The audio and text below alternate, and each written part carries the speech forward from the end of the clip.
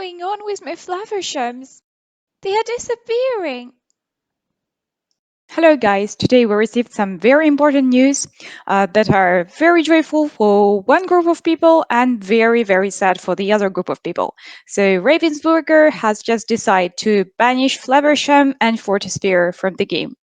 So I want to talk about the impact that this decision may have on the meta and also about the decks that will become less strong and about some decks that will get stronger. Let's have a quick look at the reasons why Hiram was banned. So that's the finest example of a typical meta of Season 7. We see like blue, blue, and blue again. And let's have a look at another tournament. So this one, again, we see blue, blue, red, blue, and blue steel and blue steel. So definitely, even though I really love Ruby Sapphire, even though I'm a huge fan of Flaversham and I have been playing Ruby Sapphire since set one, he was not even there. I do understand. I also think that it's quite reasonable, even though it's unfortunate for those who are in love with Sapphire. Here is a typical example of a Ruby Sapphire deck, and let's discuss a bit the impact that Hiram's ban may have on the future of this deck. Hiram Flaversham is definitely one of the key cards in the decks because that's one of the biggest draw engines, and here we see that there are some Hellfire Algos, there are some Visions, there are some other cards to draw cards, but still Hiram remains a very important thing. So it potentially can be replaced by this one. And this is Morris's workshop. So probably red blue will take the direction of some kind of an object deck like blue steel, but like the Ruby Sapphire edition. And so some Scrooges will definitely be added in this case. But what's the problem about Morris's workshop is the fact that it is uninkable and you always risk breaking if you play it, especially if you play more than 2 copies of this card. And that never happened with Hiram because he's inkable, even though you didn't really want to ink him most of the time. There is another good red-blue deck, and that's the one that belongs to DKP, an amazing blue-red player. What is notable about this version is that there are only 2 Hirams already in it. Only 2 and not 4, so you can basically replace them with something else, can you? Even though it may be a disadvantage. And another problem with this deck list for me is the fact that it's not so strong against some of Ruby Sapphire's basic strong matchups, for example, Amber Steel. I would also say that the new Emerald Purple discard list is quite a menace to this one. You don't really feel that good against discard. You can quickly have your Be Prepared destroy, and also you can just get your hand discarded, basically. It is an option. It is an option if you cannot play Hiram anymore, but I don't think it will be the tier 1. Just the only doubt that I have, the creator of this deck is a really strong player, so probably he will manage to adapt the deck in the way that it will still win. Because this one is a very early version. It comes from the very beginning of set 7. Let's have a quick look at another bunch of decks that used to play Hiram. That's a bunch of blue-gray lists. So the first one to begin with is the Alice Agra list. It's most commonly known by the name of Kiwi Birds. I guess the person who created the list and who played it during the European tournament was Adam, so also known as Harlan Sweet. And this list has 4 Flavershams in it, 4 Hirams, but I think it's pretty much replaceable. So you can probably play Doc instead of Hiram. The disadvantage of Doc is the same as the one of Morris's workshop. It is uninkable and you risk breaking. Although it's not that annoying for this deck because usually when you play aggro, like aggro characters, blue steel, you don't have so many cards in your hand. And at some moment, it will not harm you a lot if you discard them to apply Doc's power. The other question is that control red blue is its good matchup, let's say so. And so if there are less red blues in the meta, will the deck stay strong or not?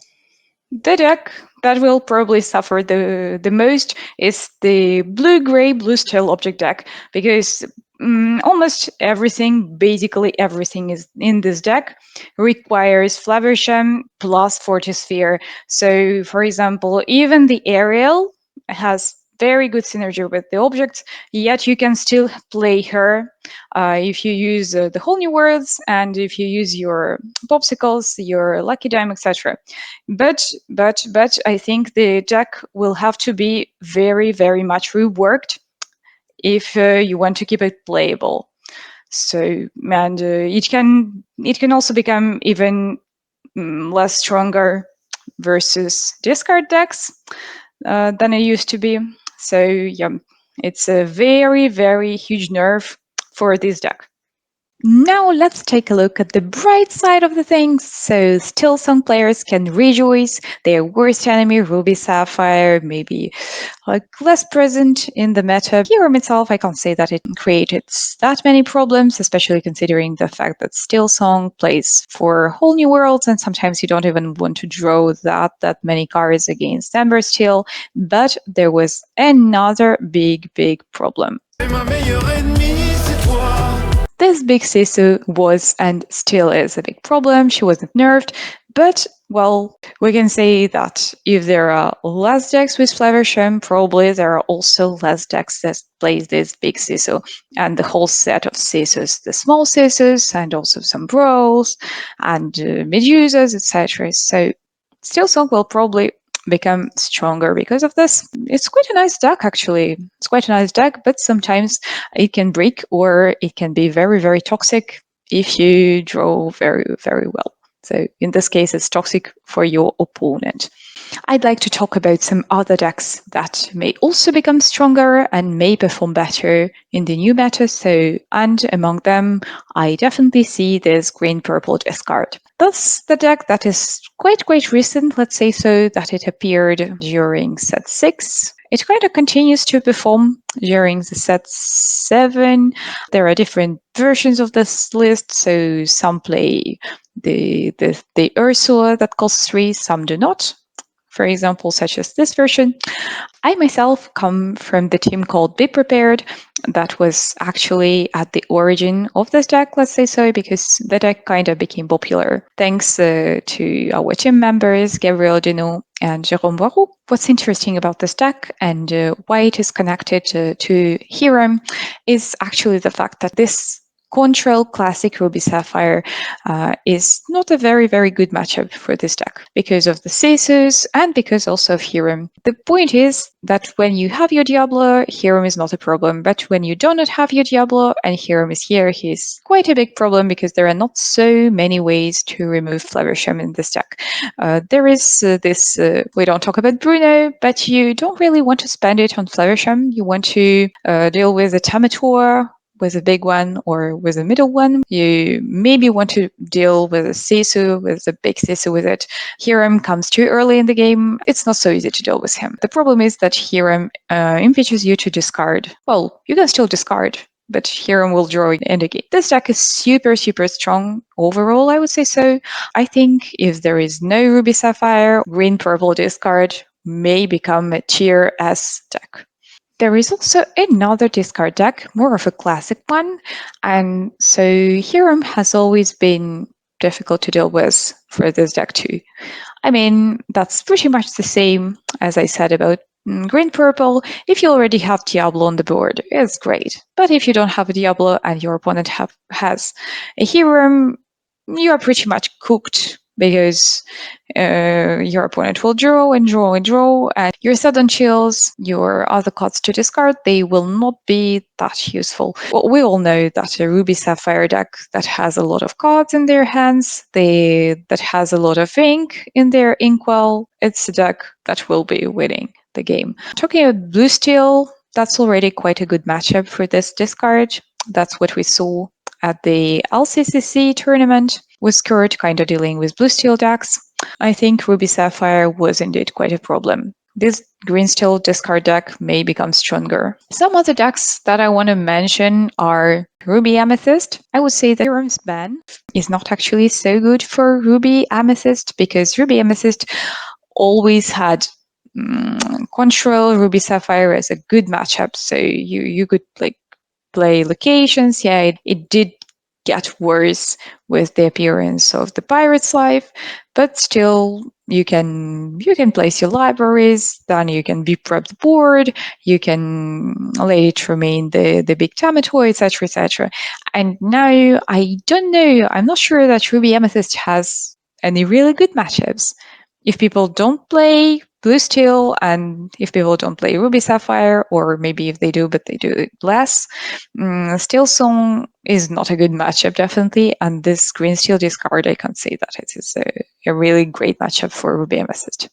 So I wouldn't say that Ruby Amethyst would benefit. And also, there are some aggro decks that are worth mentioning. For example, the purple gray deck. I don't know. I don't know if there is an impact on this deck if we ban Hero, because the meta can change like completely.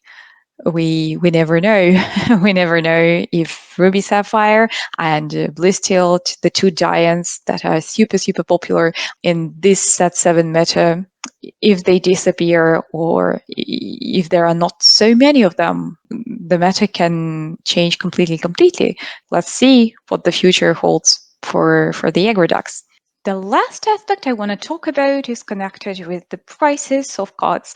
And I truly believe that the prices of Tamator may go down. I'm showing the card market prices. So it's for Europe and for the UK. I guess in the US there is DCG Player. At the moment you can find some Tamators for 46 euros or less. That is around $50. With the loss of the synergy with Flaversham, I think maybe it will go for less, like $40 probably. I'm not sure about this. That's just my prediction. And the other card I want to talk about is this Aurora. At the moment, she's very low on card market. You can have her starting from €4, 20 in the UK, and something like €5 in the Union European. But it can grow up because it's a character. It's quite a good character with quite a good power, and it's 1/4. 1/4 is very good against the different gray spells. It is very bad against Brawl and against big Sisu and against small Sisu. But if red blue gets less popular, the card probably will be playable. So let's see. Personally, I have already ordered my Auroras. Thank you for watching, and bye!